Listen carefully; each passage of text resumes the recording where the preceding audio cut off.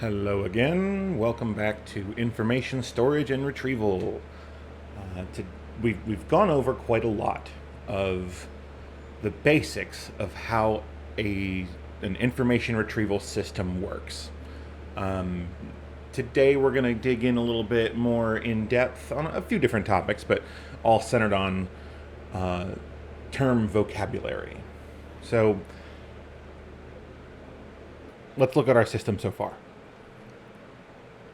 So, as always, we start with the general process that we're trying to do here. We have an information need coming from a user, and there's unstructured data out there in the world.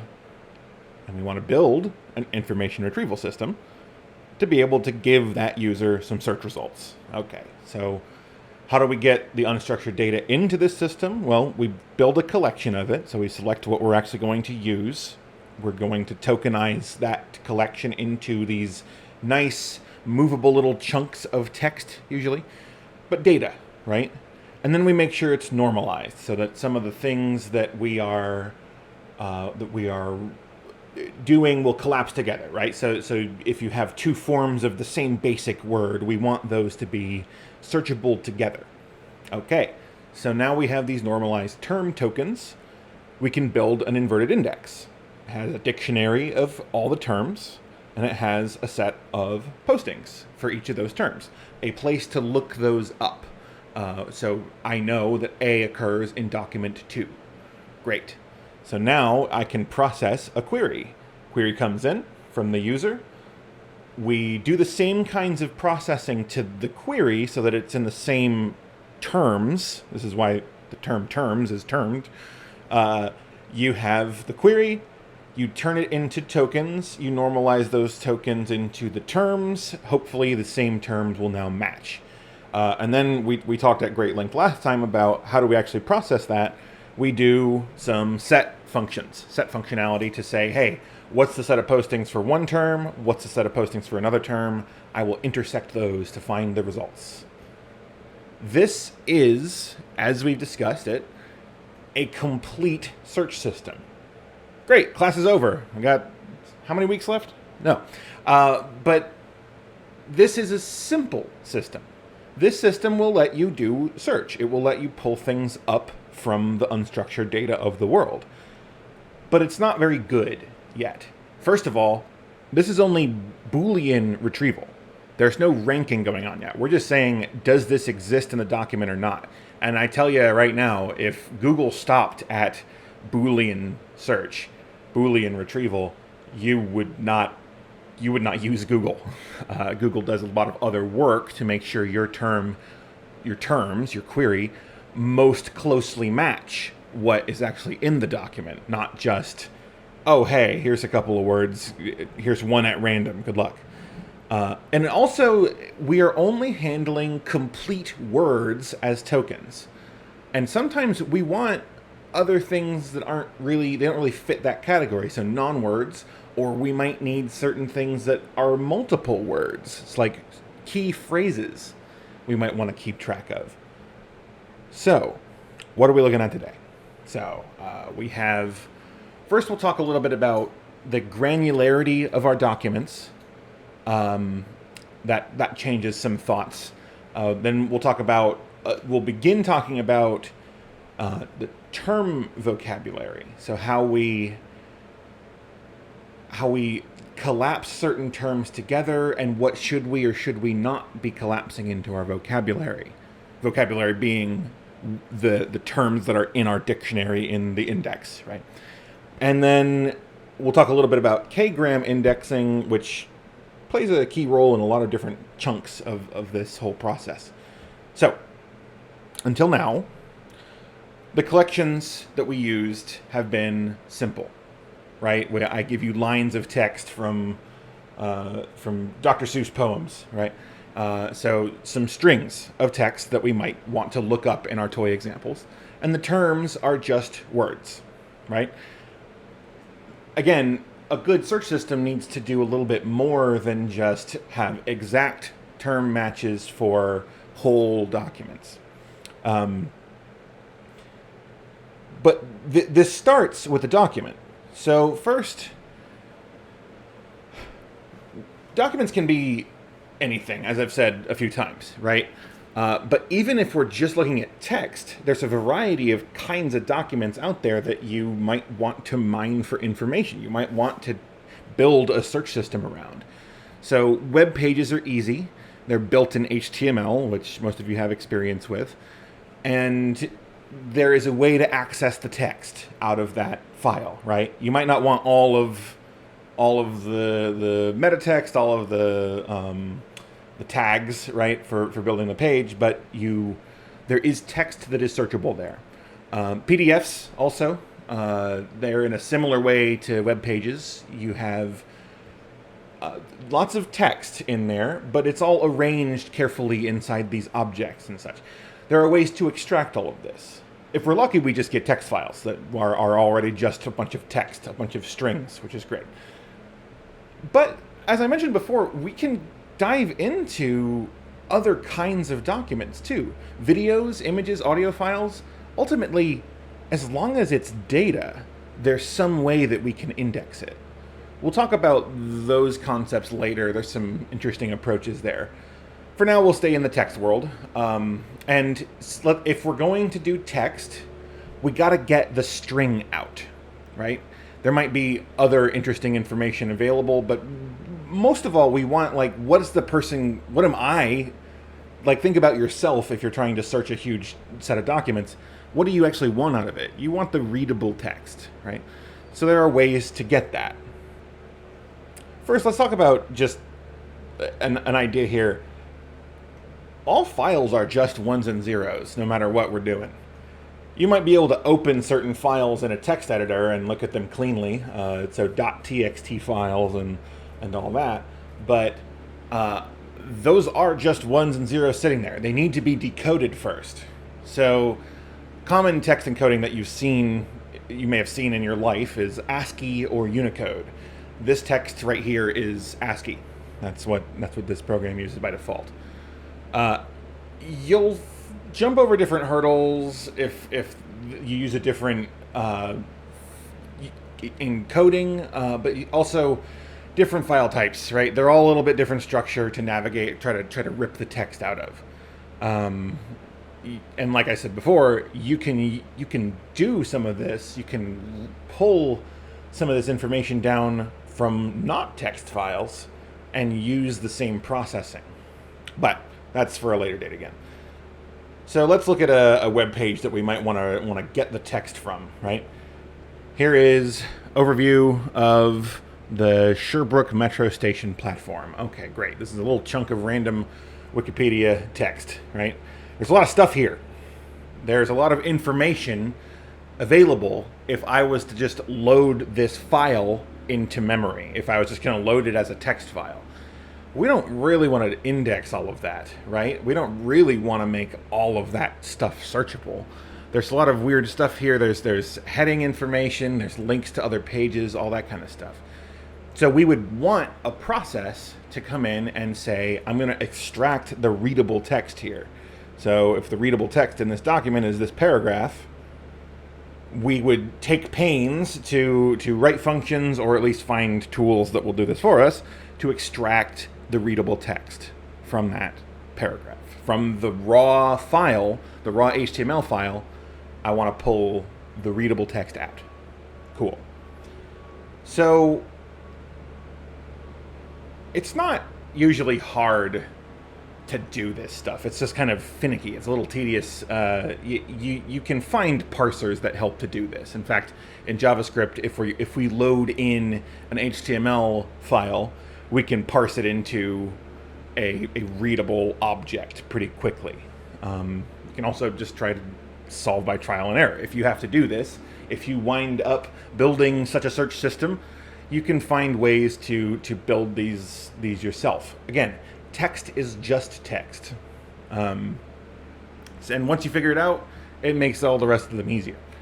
So we probably won't touch deeply on this in the assignments, in the applied stuff that we do in the course. But this is just an idea. So when you imagine how the heck do we get text out of the internet, out of this PDF file that has been indexed by some system, this is always the very first step. I have to pull out the indexable text. It's an important piece of the puzzle. We don't need to bang on with it, though, ourselves. Just remember that it's there. So, we have documents. We have a way to pull their text out into these lovely strings that we like to process. But, hang on. We need to talk about document granularity. So, fine, cool. I can extract all the text that I want to work on. And I can start indexing as soon as I want. I can apply the process that we've done in the past few lectures and create an index. Great, a searchable system. Woohoo! But we need to consider what actually is a document in our search system. So far, I've shown you just a line of a Dr. Seuss poem is a document. But okay, what if, should the document be the entire book? Should it be each page of the book? This gets down to where is the precision? How much precision do we want in our search? Because we don't want to be so specific that we can't recall anything. If we made the document a single word, that would be absurd, right? But if the document was a single word, we wouldn't be able to find things that were located together. It would just be a single word. That's the low-end extreme. But an entire book, do we want that? Is that specific enough? So let's run through some example here. Let's say we're looking for some kind of book on some information, not book, some information on Himalayan bobcat, right? And let's say in this particular book, Himalayan mining operation is at the very beginning of the book, and just like a bobcat is way at the end. If we have done a Boolean retrieval on this whole book, my terms, Himalayan and bobcat, will respond, yes, great. That's not great. That's not, this book is not related to my search at all. It just happens to have those two words somewhere in it. So this is too large of a granularity for this particular search task. It's a false alarm. That's an important idea. This is, oh, I've hit this item. Would you like it? And the user says, no, thank you. This is bad. So the idea here is that the smaller you go, the more likely you are to kind of preserve a certain amount of relevance, right? So if I'm indexing that entire book, it might be a little too broad. But if I was indexing by chapter, I would preserve the information. So this book would, the Himalayan bobcat search would fail on the last book because, oh, it talks about a Himalayan mining operation here and like bobcat in some other chapter. It would not return the chapter. And we can keep going smaller. The page, the paragraph, the sentence, right? We can focus the search on whether or not something exists in the same sentence, exists in the same paragraph, exists on the same page. So you can think about this as different levels of tolerance for how close together my terms need to be for them to be considered a hit. Let's revisit the same phrase on a different book. Okay, so we're looking for Himalayan bobcat. Here's an issue, though. So if we have indexed on sentence-sized documents, then Himalayan mountains being the end of one sentence, oftentimes you may find bobcats. Ooh, this is a missed opportunity. That could be something that is relevant to our search on Himalayan bobcats. And we see this, that we've actually prevented the search from hitting because we split two sentences that may be conceptually related. Oops, we split them up. So this would fail because Himalayan mountain sentence does not have both Himalayan and a bobcat in the same for the other sentence, right? So document granularity is the idea here. This is the trade-off between how precise is our search going to be versus how much is it actually going to recall. If the document unit is too large, you get false alarms. You get things that aren't related to your search coming up in the search. But if the document unit is too small, you might miss important information. So this is an important little side note here. Relevant information that is found, that's a hit. Some signal detection theory for you here. Hits, misses, false alarms, and correct rejections, right?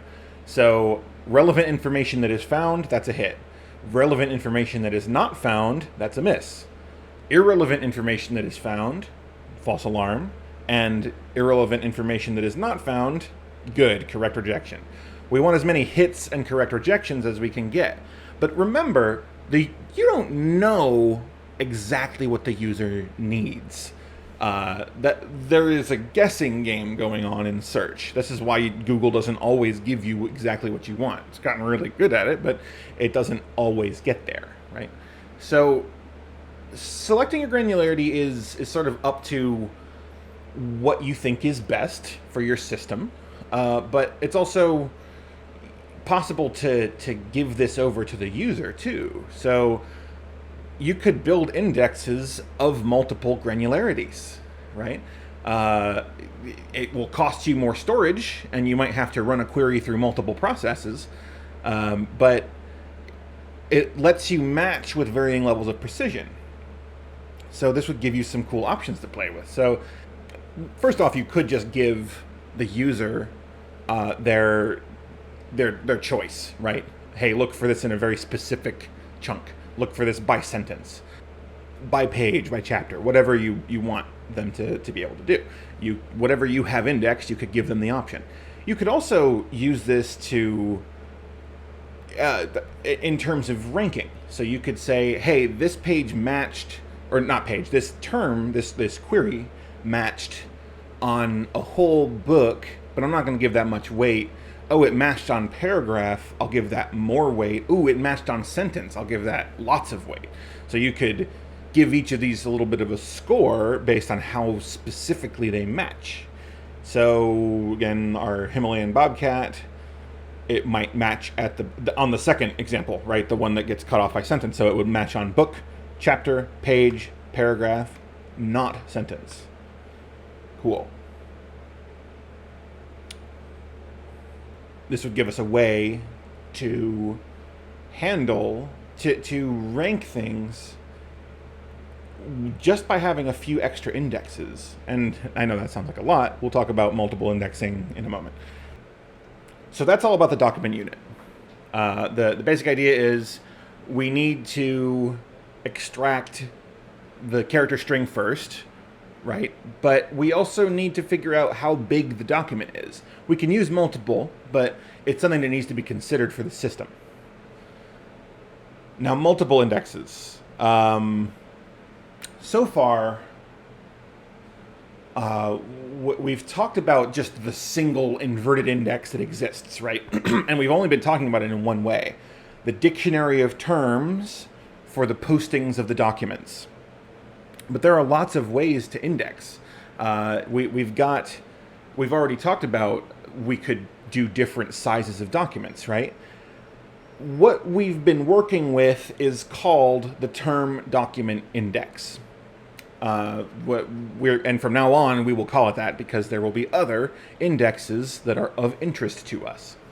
So, term document index is our basic one that says, hey, where do the terms live in different documents? Okay, which documents? Great. We have the lookup table. We have the index. But we should talk about vocabulary. The vocabulary is whatever is in the index, in the dictionary of the index. We have options when it comes to determining what's actually in that vocabulary, right? So far, we've done some very simple normalization. Terms have just been words which we have defined by you split all the text up on the white space, so any spaces, new lines, etc. Just get the the word boundary of these things. Force lowercase so that the capitalization doesn't matter, and then delete most punctuation that we come into contact with. Maybe we leave some, maybe we don't. So don't, and don't, or I guess don't, all become don't. The term don't, right? That's so that when it comes time to do a query, the user has some wiggle room. They don't have to enter the exact character string, including the specific punctuation and all that. That can be useful information, wink wink, but that's what we've done so far is this very simple term building. So, okay, here's an issue though. Plurals, possessives, plural possessives all kind of mean different things, right? Capitalization could be a difference between a person's name, like a noun, like a proper noun, and a normal noun or verb, right? So, boys, and boyses all become the same term, boys. Jack versus Jack, right? There's two different ways there. A Jack for a car versus Jack the person. Those all become, again, they get collapsed to the same term. That can be fine. That depends on the needs of your system and the needs of your user, whoever is going to actually use this information retrieval system. So, a note on this, so as long as you're using the same tokenization process on your index, on your documents, as you do on your queries, then you're going to get matches. Like the things will at least match if you type the same superficial term in there. So if I type boys, whatever, don't boys, that and the document I'm looking for has don't boys, then good. That's fine. At the base level, your exact terms will still get collapsed to the same, or your exact query terms will still get collapsed to the same document terms, which is good. So like as a baseline, we have that guarantee. But that's not usually how search goes, right? And oftentimes there's special considerations we might want to take to improve search, right? So let's look at some unusual tokens. Okay, so let's say we wanted to do a search on things pertaining to the C++ programming language. We're not going to be especially happy if our search system keeps coming back with things about C, just the letter C, or just the C programming language. I want C++, right? Those pluses, which would normally get kind of chopped off and thrown away, are actually really critical for understanding what that token means. We can also consider, say, a URL. http://www.google.com. Well, if we clean it up like normal, it comes out with this shape, right? We've lost a lot of the slashes and the dots. This looks familiar to us right now, but if you had a more complex token, a more complex URL, and you wanted URLs to be searchable, you might run into a lot of problems. Where you would have different file structures or different domains getting garbled up in really bad ways. Bad meaning just that they become difficult to search for. This is what we're trying to avoid, right? Okay, so we can look at IP addresses. Sometimes you really want to have IP addresses in a search because maybe you're building a system that wants to search these things out. If IP addresses get all of their dots removed, though, we end up in a place where we can still see the 192.168 pattern right now, but there are so many possible IP addresses that get chunked up improperly because the numbers don't have to be the same length, right? Email addresses, yeah, I mean, it's the same situation. John Lindstedt, Oswego EDU.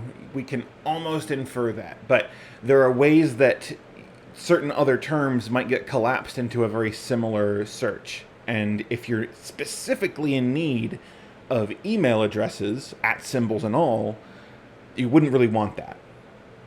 Even something as simple as money, right? If we chop off all of the extraneous text, things that we think of as extraneous text, for $3.50, we get the number 350. It will still match if I search for $3.50, provided I'm using the same tokenization process, but every document in the world that just has the number 350 in it is also going to come up. Not great for precision. So technically we can just ignore these. We kind of, we don't want our vocabulary to explode. We don't need to index every IP address and every website address, right?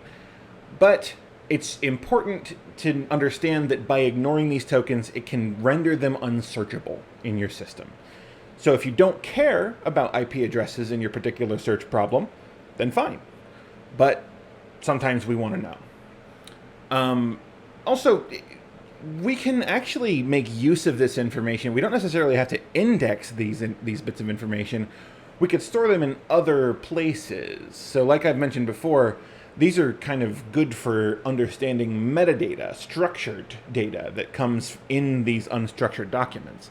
So we might be able to keep track of IP addresses or URLs as, hey, this page exists and I'm indexing its text, but I've also kept track of its metadata links for other uses in the future. We can talk about some of those down the line. We can also look at not just individual tokens, but maybe the delineations between them. So a lot of times, hyphenation or spaces, we might want to break things up. So, for example, a lot of times there are words that might go fine if we break them up, like hand-me-down. But something like Copilot, that really matters, right? I don't want a search for co and pilot. I want to search for Copilot. Also, Hewlett-Packard is a proper noun. If I'm going to search that out, the dash is part of the name, which if we remove it, can be fine. But it could also allow, if we, instead of removing it, split it up, for example, we might end up with searches for Hewlett and or Packard, which is not what we're looking for. Another idea here is sometimes spaces, we actually kind of want to group them together. So database, well, if I'm searching for the word data and the word base separately, those are pretty common words, right? Those are going to show up all over the place. I might want the word database, right? The phrase, the idea database. Now you can just put data and base together in your searches, but this also means the same thing. It's also valid to say my database like this. That's a very important phrase. It shouldn't be split up entirely. It's fine to split it up, but we might want to keep track of it separately. Because if I'm searching for database information, using this word, this phrase, data space base, my system should be able to catch that that's a really important structure in the search. Another example here, if ever I am searching for York University, how often am I going to come up with New York University? The answer is almost every time. York University is, of course, a venerable old established university, but New York University is going to be all over the internet because it's a very popular city in the world. It's still an established university. So if we didn't have a way to differentiate the term, the phrase York University from the phrase New York University, we would run into some problems when people actually tried to use our search system. Here's another one that's specific to flights. If I'm looking for this, San Francisco-London flights, what does that mean to you? To the system, depending on how we chop this up, that might come out as something as limp as San Francisco London flights. That's nothing at all. Okay, fine. Let's say we get fancy. We keep track of San Francisco as one term and London as a second term. Cool. So now we're very smart. San Francisco and London as separate terms. Oops, this is going to turn up flights that have London-San Francisco. The direction matters. The order matters. San Francisco-London flights means San Francisco to London flights. Ugh, frustrating. So, how do we solve all these issues? How do we get from, okay, I can't just throw away all of the text information and hope to have a good search system. Not text, the punctuation information and the white space. Well, as is our wont to do, specialized indexes can get us there. So we can build indexes that we run first on the text to say, hey, does this phrase exist in the text? Just check that first. If it does, we'll keep track of it. Now, this is expensive because you're doing a lot of explicit checking of specific phrases, but it can be useful. It can be worthwhile because keeping track of all these lists of proper nouns, we probably want to check the raw text that the user inputs and the raw text of the documents to say, okay, capital New, capital York, capital University is in the text, and I see that in the query as well. So, keeping track of phrases, proper nouns, or very specific weird constructions like San Francisco-London as a meaningful unit, that's something that we can do. We can build those kinds of indexes. It's a little slightly different to do that. You have to search the text repeatedly for each individual term, but if you're building a system that those terms are going to be most frequently used, you want to do that. It's worth doing. So, it costs something to build them, but they can be very important for these uncommon terms. Okay, we've added another index to the pile. If we want a robust search system, we need the term document index, the basic one, but we might also have some phrase document indexes. Okay, cool. Let's talk more generalized indexing. So, this is pretty useful. This kind of skips the whole concept of word boundaries and punctuation and gets right down to the lexical structure of the text, and that is using k-grams. Apparently, this is quite useful in Chinese language because the delineations between words aren't always clear to begin with. So, but this is also great for us. It's strictly about which letters occur next to each other, either within words or across words or over punctuation. I don't care. Just give me the exact order of characters, of word characters, and we'll index that. How do we do that? We use the idea of k-grams. So, first step, remove all the punctuation and white space. Get rid of everything. And like I said, the white space. So, remove all punctuation becomes our document. That, like, this could be an entire book, would just be this long string of letters. And then what we start doing is we scan the string for every k-length substring. So let's say we had the k is 3 grams, trigrams. Well, the first token would be REM. The second token would be EMO, MOV, OVE, and so on, until we have a full vocabulary of 3 grams for this particular document. So, how does that make any sense? What do we use this for? They are an abstract representation of our text.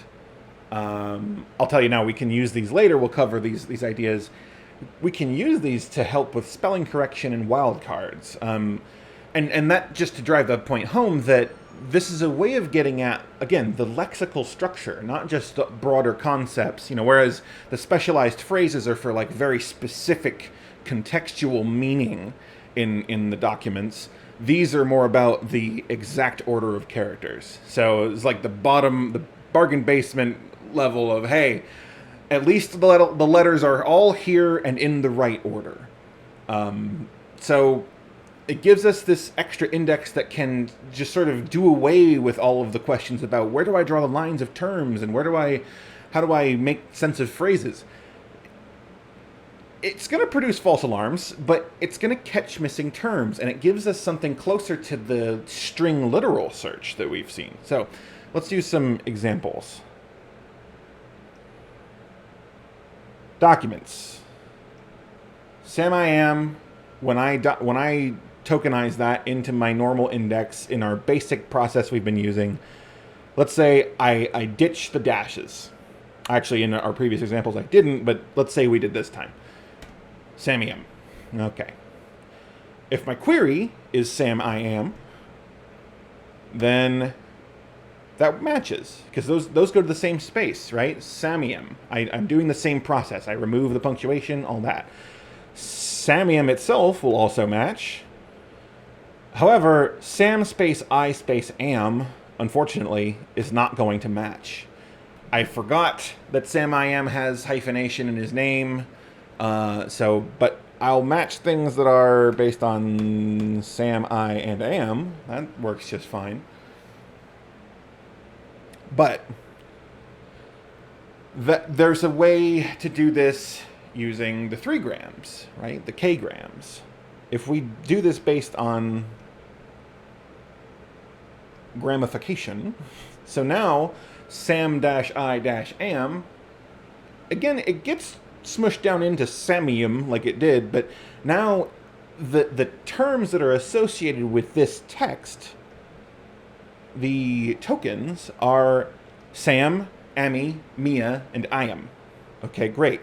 Let's do a SAM-IAM search. Well, that's going to match all of them. SAM, AMI, MIA, IAM. Great. SAM space I space AM.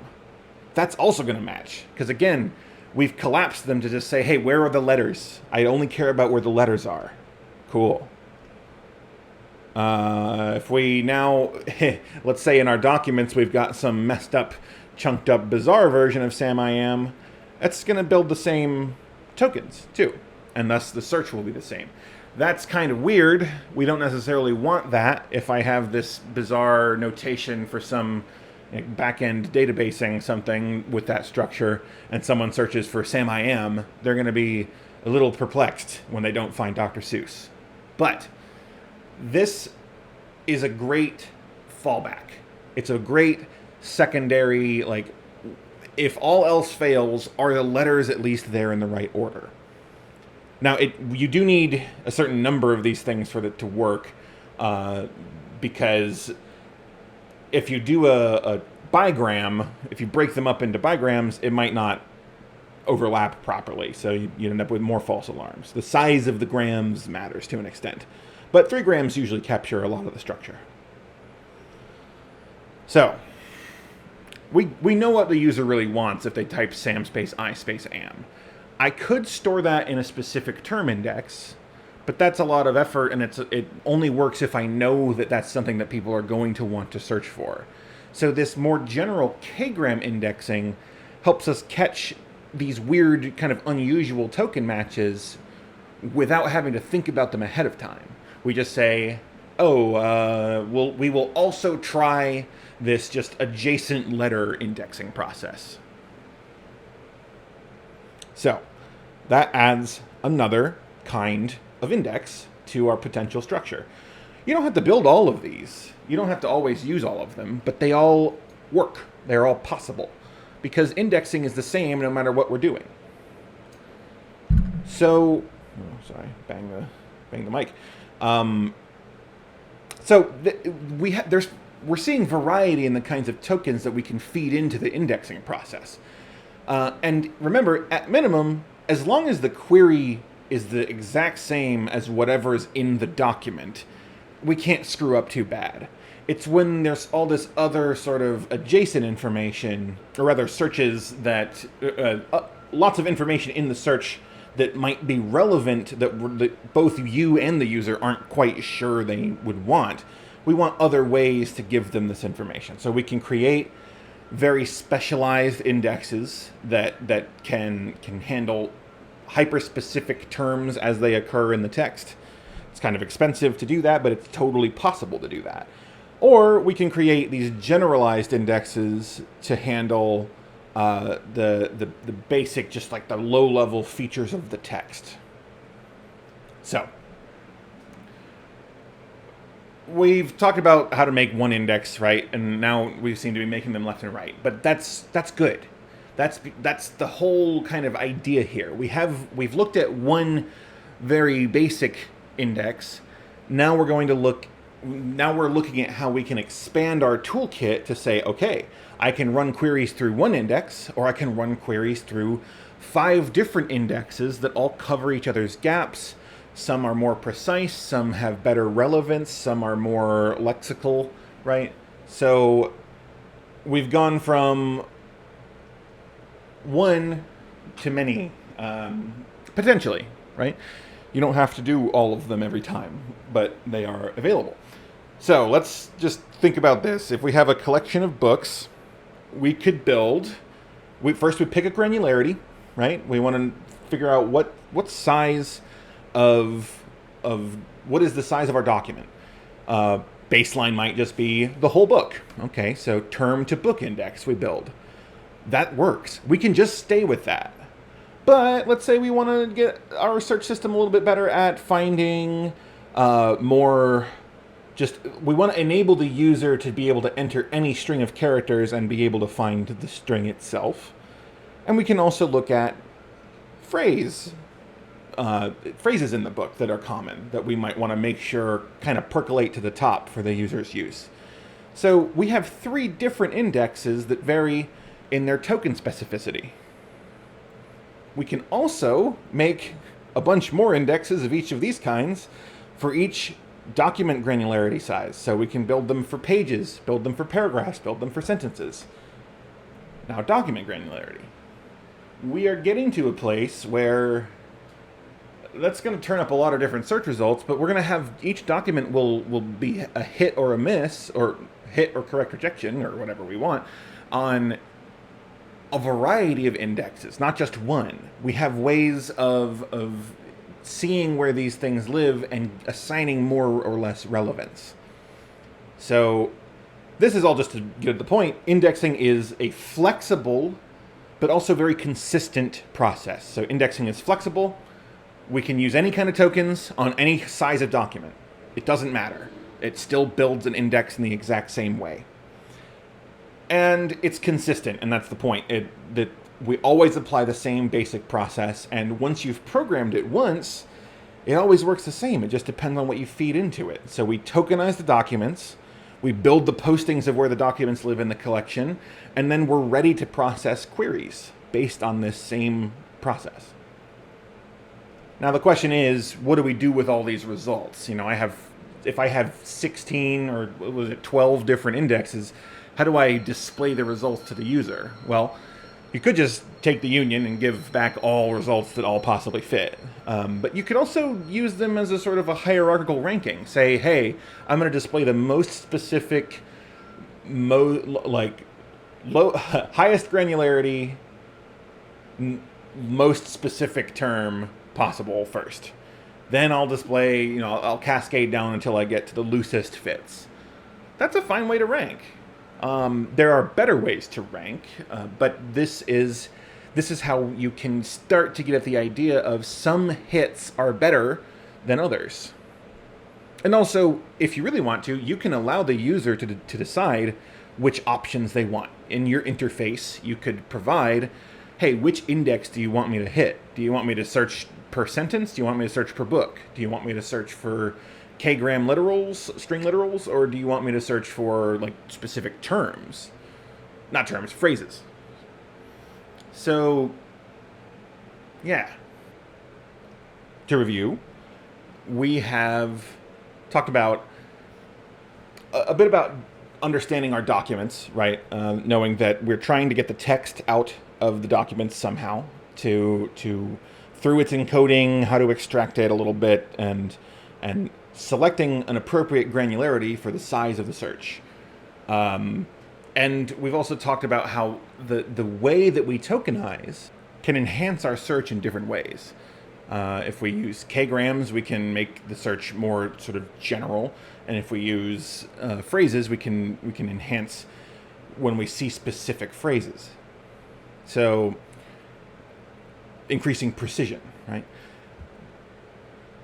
And again, all of this comes down to the needs of the specific information retrieval system will determine which of these things need to get implemented.